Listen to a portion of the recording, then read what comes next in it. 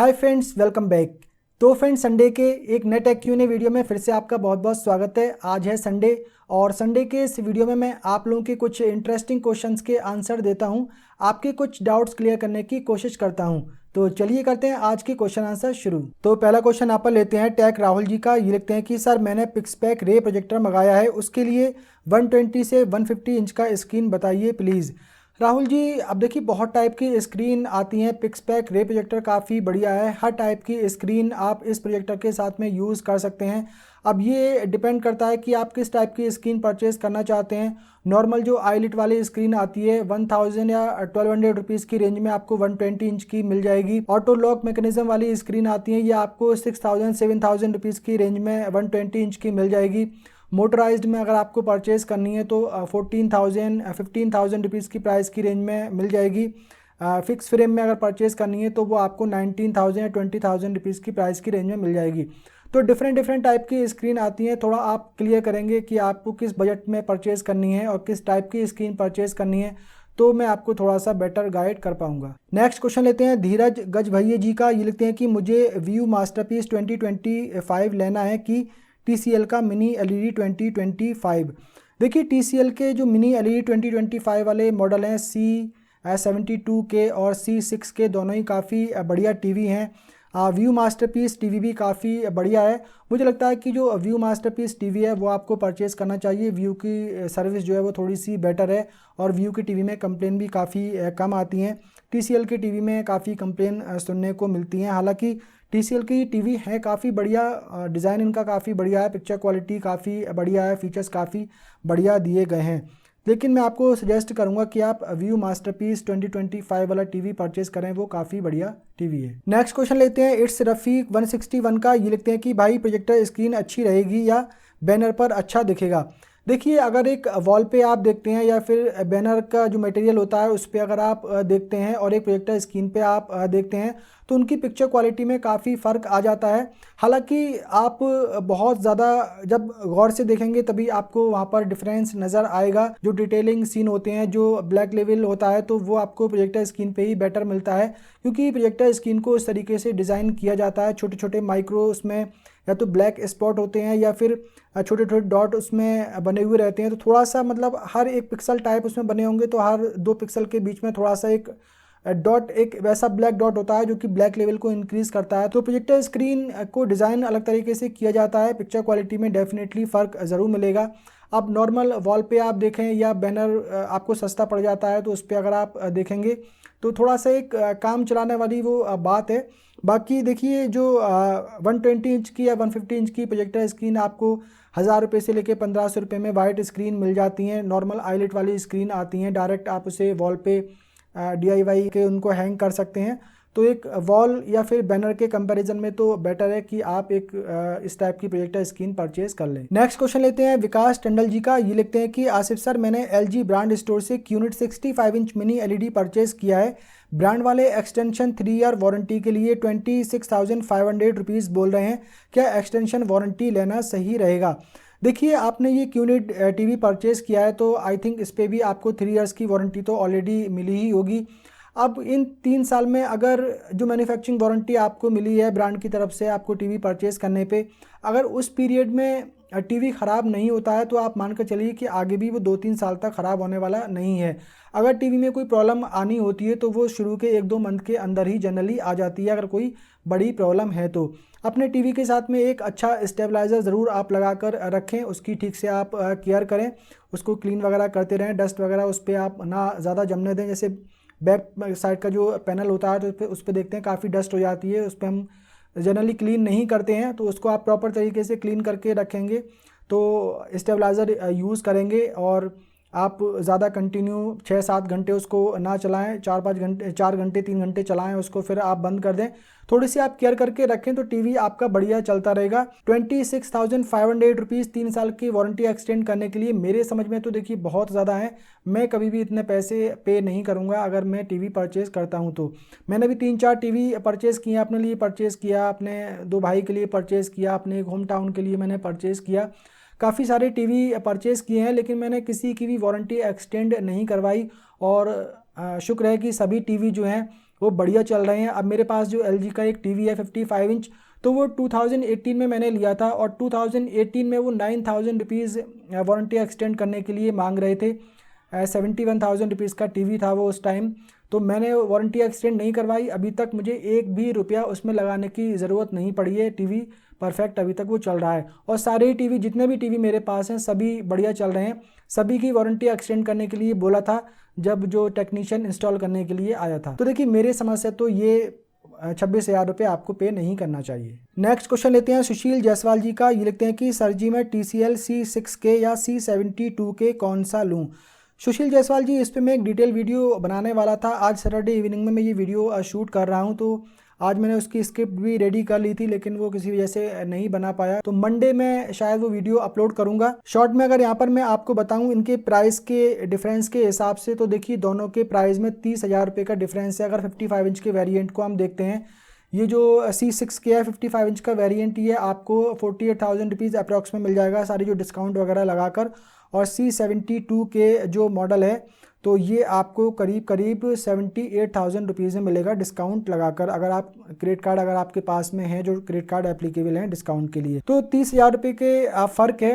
अब 30,000 रुपये के फ़र्क में बहुत ज़्यादा इसमें आपको कुछ नहीं मिलता है ऐसा कि आप 30,000 रुपये उसके लिए एक्स्ट्रा खर्च करें। बाकी डिटेल में आप वीडियो मंडे में आप देख लेना, तो आपको और क्लियर चीज़ें यहाँ पर हो जाएंगी। शॉर्ट में अगर यहाँ पर मैं आपको बताऊँ तो 30,000 रुपये आप अपने सेव कर लें, TCL C6 के मॉडल परचेज कर लें। नेक्स्ट क्वेश्चन लेते हैं राहुल महाजन जी का। ये लिखते हैं कि सर रिलायंस का रेस्क्यू प्लान लिया था AC का 5 साल का, AC की मोटर ख़राब हो गई, अब रेस्क्यू वाले बोल रहे हैं हफ्ता लगेगा, इससे अच्छा तो लोकल बन रहा है और तुरंत अवेलेबल है। राहुल महाजन जी, देखिए ये तो होता ही है कि आप अपने आसपास के जो AC मैकेनिक होते हैं उनसे आप कराएंगे तो वो जल्दी काम करते हैं, और ब्रांड से आप कराएंगे तो वो एक प्रोसेस फॉलो करके चलते हैं, तो उसके हिसाब से वहाँ पर जो टाइम है वो ज़्यादा लग जाता है। हालांकि वो एक हफ़्ता बोल रहे हैं, अब वो एक हफ़्ते में आएंगे या नहीं आएंगे ये भी नहीं कह सकते।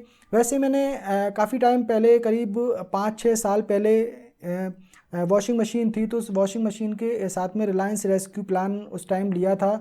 तो मैंने कई बार कंप्लेन की थी। मैं डायरेक्ट सैमसंग की वॉशिंग मशीन थी, सैमसंग को कंप्लेन करता ही नहीं था, रिलायंस को ही कंप्लेन करता था, तो फ़ौरन 24 आवर्स में वो रिपेयर करने के लिए आ जाते थे। अब प्रोडक्ट टू प्रोडक्ट भी डिपेंड कर सकता है कि भाई किस पार्ट्स की अवेलेबिलिटी है या नहीं, किस सिटी में आप रहते हैं, कहाँ कितनी कैसे सर्विस सेंटर है, कैसी उनकी सर्विस है। क्योंकि रिलायंस रेस्क्यू प्लान जो है, तो ये इनके अपने सर्विस सेंटर तो है नहीं, तो ये थर्ड पार्टी से ही कॉन्ट्रैक्ट रखते हैं, तो उन्हीं से ही फिर ये उनको कंप्लेन फॉरवर्ड करते हैं, वो आपके पास आते हैं। तो उसमें प्रोसेस में जो है वो लंबा टाइम जो है वो घूम जाता है। आप कभी ऑनलाइन AC परचेज़ करिए और आप फिर देखेंगे कि आपके पास में 3-4 लोगों की कॉल आ जाएगी AC इंस्टॉलेशन के लिए, क्योंकि जो अमेज़ोन है, फ्लिपकार्ट है, ये डिफरेंट जो टेक्नीशियन होते हैं, डिफरेंट जो इंस्टॉलेशन वाली कंपनी होती है, उनसे कॉन्ट्रैक्ट करके रखते हैं और सबको ये कॉल फॉरवर्ड कर देते हैं। जिसकी भी कॉल आपने पिक कर ली, जिसको भी आपने बुला लिया, तो वही वहाँ पर आ जाता है इंस्टॉलेशन के लिए। वो ब्रांड के बेसिकली होते ही नहीं हैं वो लोग, वो सारे ब्रांड पैनासोनिक, वर्लपूल, वोल्टा, सब कुछ वही इंस्टॉल कर रहे होते हैं। तो ये कुछ इस टाइप का ये रेस्क्यू प्लान वगैरह इनके चलते हैं, एक्सटेंडेड वारंटी के प्लान जो चल रहे हैं, तो वो बस ये एक तरीके का स्कैम ही लगता है वैसे तो मुझे। तो देखिए अगर आपका ये ठीक हो जाता है एक हफ्ते में तो अच्छी बात है। नेक्स्ट क्वेश्चन लेते हैं सौरभ जी का। ये लिखते हैं कि इनके पास में ZEDCO युवा गो प्लस प्रोजेक्टर है, इनके जो वॉल है वो 10x6 फीट की वॉल है, उस पर ये ग्रे वॉलपेपर स्क्रीन बनाना चाहते हैं। अपने आसपास के जो लोकल वॉलपेपर प्रोवाइडर हैं, जो बहुत सारी शॉप हैं जो वॉलपेपर वगैरह सेल करती हैं और वो फिक्स भी कर देती हैं, इंस्टॉल भी कर देती हैं, तो उनसे अगर ये कॉन्टैक्ट करते हैं तो किस टाइप का ग्रे वॉलपेपर परचेज़ करना चाहिए। देखिए कोई भी एक आप मैट फिनिश में ग्रे वॉलपेपर ले सकते हैं, बहुत ज़्यादा वो डार्क ना हो, बहुत ज़्यादा लाइट भी ना हो वो, और आप कह सकते हैं कि बहुत ज़्यादा लाइट और डार्क और मीडियम। तो मीडियम और जो सबसे हल्के कलर है, सबसे लाइट कलर है, तो उसके बीच में वो होना चाहिए। क्योंकि अगर बहुत ज़्यादा डार्क ग्रे आप ले लेंगे तो फिर उसमें प्रॉब्लम हो जाएगी, उसमें फिर आपको ब्राइटनेस काफ़ी ज़्यादा रिड्यूस हो जाएगी। और ZEDCO युवा गो प्लस जो ये प्रोजेक्टर है, तो इसकी ब्राइटनेस वैसे भी बहुत ज़्यादा नहीं है। तो आप जहाँ पर भी परचेज़ करते हैं वहाँ पर आप देखिए किसके शेड में, कौन कौन से शेड के ग्रे हैं, और उसमें आप देखिए कि सबसे जो लाइट ग्रे हो तो उससे 1-2 नंबर ऊपर ले लें और बहुत ज़्यादा वो डार्क ग्रे बेसिकली ना दिखे। अब जो सेल्फ एडेसिव वाले आते हैं और एक नॉर्मल आते हैं जिस पे एक ग्लू एक्स्ट्रा से लगा के और उनको लगाया जाता है, तो देखिए बेटर है कि जो ग्लू लगाकर जो इंस्टॉल करते हैं उनसे आप लगवा लें तो बेटर रहेगा, क्योंकि जो सेल्फ एडेसिव वाले आते हैं इनको आप जब अपने से लगाएंगे या किसी से भी आप लगवाते हैं तो फिर उसमें थोड़ी सी प्रॉब्लम हो जाती है, वो एक के ऊपर एक ओवरले हो जाते हैं, क्योंकि जब आप उनको चिपकाते हैं तो वो चिपक ही जाते हैं, फिर वो उनको इधर उधर थोड़ा सा हम स्लाइड नहीं कर सकते। लेकिन जो वॉलपेपर पे पीछे ग्लू लगा के उनको चिपकाया जाता है, नॉन एडेसिव वाले जो आते हैं, तो वो ग्लू उनका ऐसा होता है कि एकदम से तो सूखता नहीं है, उसको आधा घंटा 1 घंटा लग जाता है प्रॉपर सेट होने में। तो जब इंस्टॉल कर रहे होते हैं तो अगर एक के ऊपर एक वॉलपेपर चढ़ जाता है तो वैसे हाथ से उसको खिसका के सेट कर सकते हैं। तो 2 वॉलपेपर में वहाँ पर जॉइंट आपको उसमें नज़र नहीं आता, बहुत ध्यान से देखेंगे तभी जॉइंट नज़र आएगा। लेकिन जो ये सेल्फ एडेसिव वाले आते हैं तो इनमें जॉइंट नज़र आ जाता है। हालांकि पिक्चर आप देखेंगे दूर बैठ के, मान लीजिए कि 120 इंच की स्क्रीन आपने बनाई है एक और आप 10 फीट की दूरी से देख रहे हैं तो जॉइंट वो आपको उतना नज़र नहीं आएगा, लेकिन कुछ कुछ सीन में वो आपको नज़र आ जाएगा। तो बेटर है कि आप नॉन सेल्फ एडेसिव आते हैं वो वाले आप लगाएं और मैट फिनिश में लगाएं, ग्लॉसी में बिल्कुल भी ना लगाएं। ग्लॉसी में आप लगाएंगे तो काफ़ी रिफ्लेक्शन दिखेगा प्रोजेक्टर की लाइट का उस पर, तो मैट फिनिश में थोड़ा सा लाइट ग्रे वॉलपेपर आप लगा सकते हैं। नेक्स्ट क्वेश्चन लेते हैं सौरभ कौशिक जी का। ये लिखते हैं कि ग्रे स्क्रीन और ALR स्क्रीन में क्या डिफरेंस होता है, अगर होता है तो वो कितना होता है।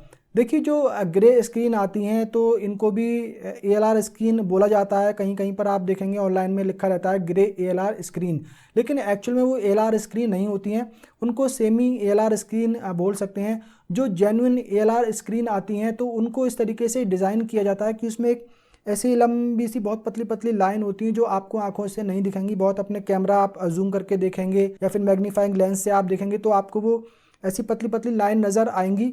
और वो लाइन का काम होता है कि ऊपर से जो लाइट आ रही होती है स्क्रीन के ऊपर तो वो उसको वो लाइनें रोक लेती हैं, और ALR स्क्रीन के नीचे रखा हुआ होता है प्रोजेक्टर, यानी कि अल्ट्रा शॉर्ट थ्रो प्रोजेक्टर जो आते हैं, लेज़र प्रोजेक्टर आते हैं, तो वो तो नीचे से जो लाइट पड़ती है तो उस लाइट को ही वो ALR screen genuine ALR screen reflect करती हैं। ऊपर से जो लाइट आ रही है, साइडों से जो लाइट आ रही है, वो स्क्रीन को वो रिजेक्ट कर देती, लाइट ALR स्क्रीन उस लाइट को रिजेक्ट कर देती हैं, तो वो होती हैं एक्चुअल में ALR स्क्रीन।